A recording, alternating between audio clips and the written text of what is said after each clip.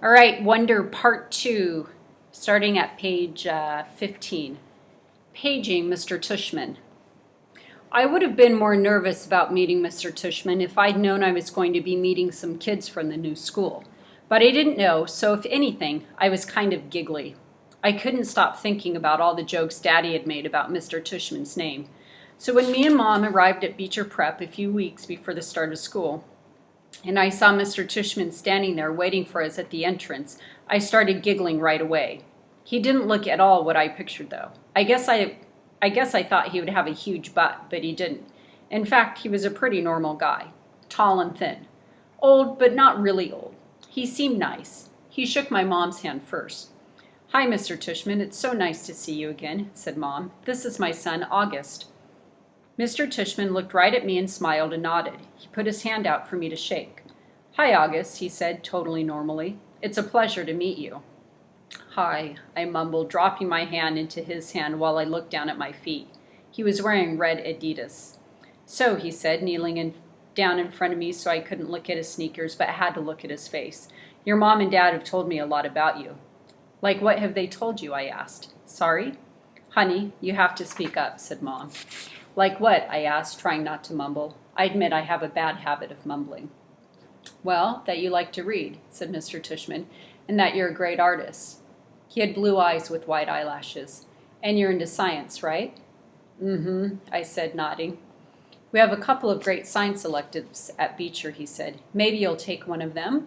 "Uh-huh," I said, though I had no idea what an elective was. "So, are you ready to take a tour?" "You mean we're doing that now?" I said.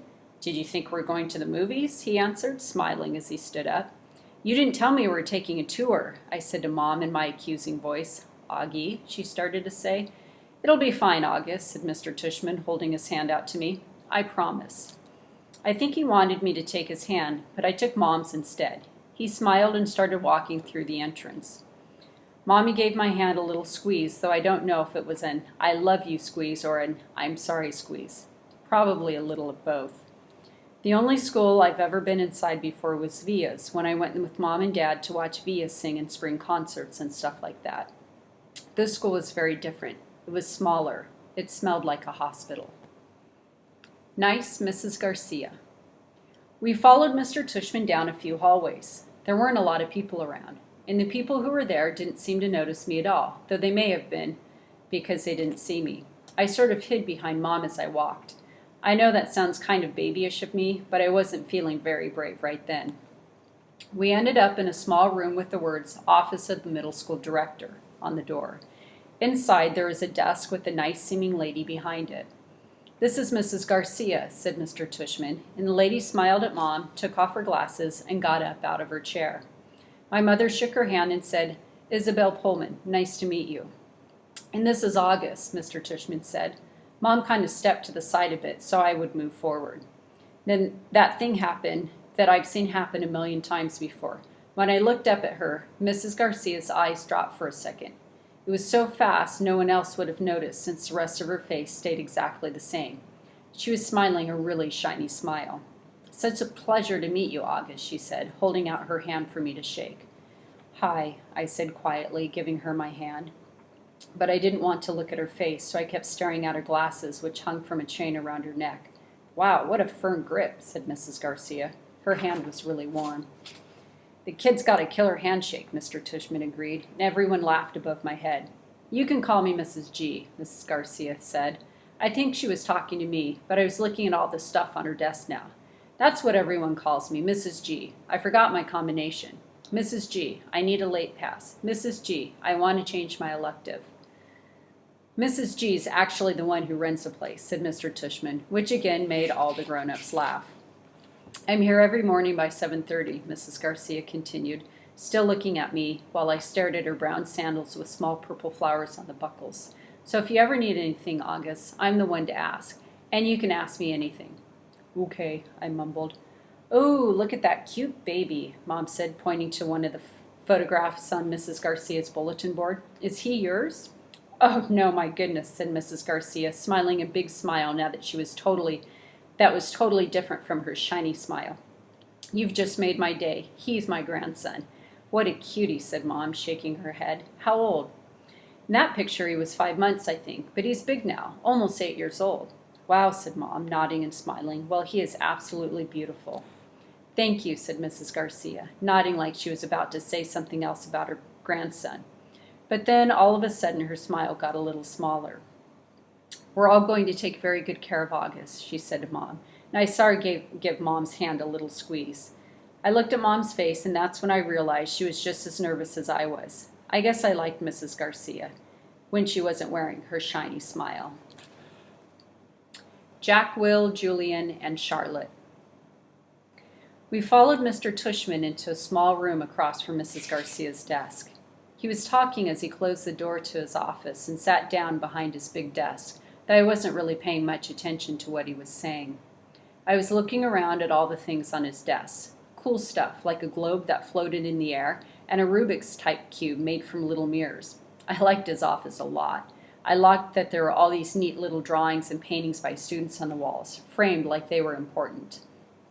Mom sat down in a chair in front of Mr. Tushman's desk, and even though there was another chair right next to hers, I decided to stand beside her.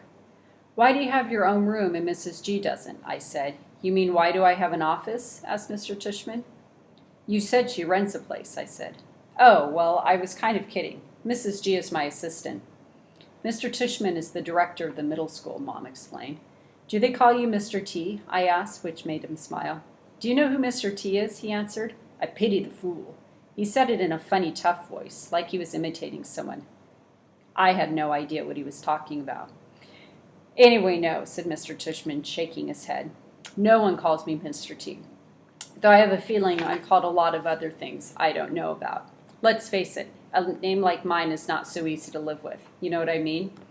Here I have to admit I totally laughed because I knew exactly what he meant. My mom and dad had a teacher called Miss Butt. I said, Augie, said Mom, but Mr. Tushman laughed. Now that's bad, said Mr. Tushman, shaking his head. I guess I shouldn't complain. Hey, so listen, August, here's what I thought we would do today. Is that a pumpkin? I said, pointing to a framed painting behind Mr. Tushman's desk. Augie, sweetie, don't interrupt, said Mom. You like it? Said Mr. Tushman, turning around and looking at the painting. I do too, and I thought it was a pumpkin too until the student who gave it to me explained that it is actually not a pumpkin. It is, are you ready for this? A portrait of me. Now, August, I ask you, do I really look that much like a pumpkin? No, I answered, though I was thinking, yes. Something about the way his cheeks puffed out when he smiled made him look like a jack-o'-lantern.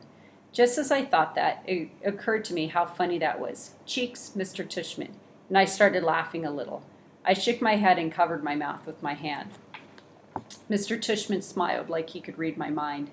I was about to say something else, but then all of a sudden I heard other voices outside the office. Kids' voices.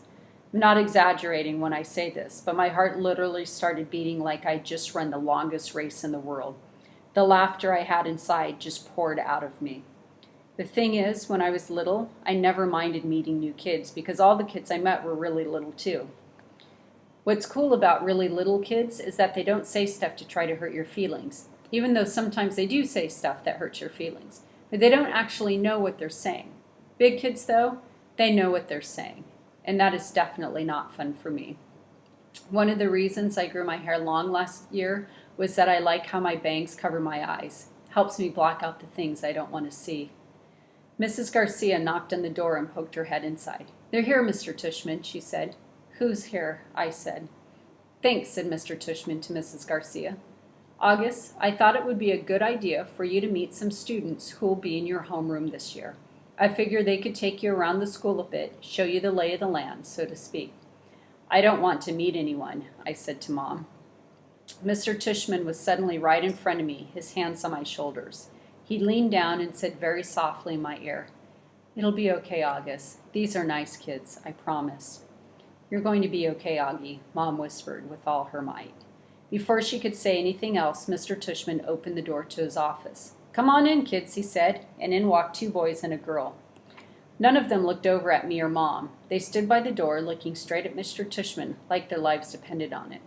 Thanks so much for coming, guys, especially since school doesn't start until next month, said Mr. Tushman. Have you had a good summer? All of them nodded, but no one said anything. Great, great, said Mr. Tushman. So guys, I wanted you to meet August, who's going to be a new student here this year. August, these guys have been students at Beecher Prep since kindergarten, though, of course, they were in the lower school building. But they know all the ins and outs of the middle school program. And since you're all in the same homeroom, I thought it would be nice if you got to know each other a little bit before school started. Okay? So kids, this is August. August, this is Jack Will. Jack Will looked at me and put out his hand. When I shook it, he kind of half-miled and said, "Hey," and looked down really fast. "This is Julian," said Mr. Tushman. "Hey," said Julian, and did the exact same thing as Jack Will. Took my hand, forced a smile, looked down fast.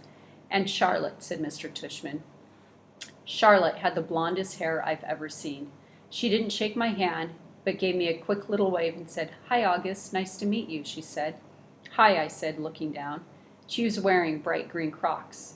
"So," said Mr. Tushman, putting his hands together in a kind of slow clap, "what I thought you guys could do is take August on a little tour of the building. Maybe you could start on the 3rd floor. That's where your homeroom class is going to be. Room 301, I think. Mrs. G is room 301, Mrs. Garcia called out from the other room. Room 301, Mr. Tushman nodded. And then you can show August the science labs in the computer room. Then work your way down to the library and the performance space on the 2nd floor. Take him to the cafeteria, of course." "Should we take him to the music room?" asked Julian. "Good idea, yes," said Mr. Tushman. "August, do you play any instruments?" "No," I said. "It wasn't my favorite subject on account of the fact that I don't really have ears. Well, I do, but they don't exactly look like normal ears." "Well, you may enjoy seeing the music room anyway," said Mr. Tushman. "We have a very nice selection of percussion instruments."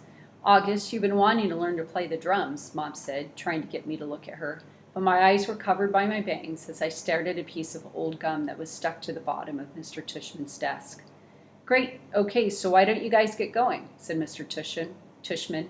"Just be back here in," he looked at Mom, "half an hour, okay?" I think Mom nodded.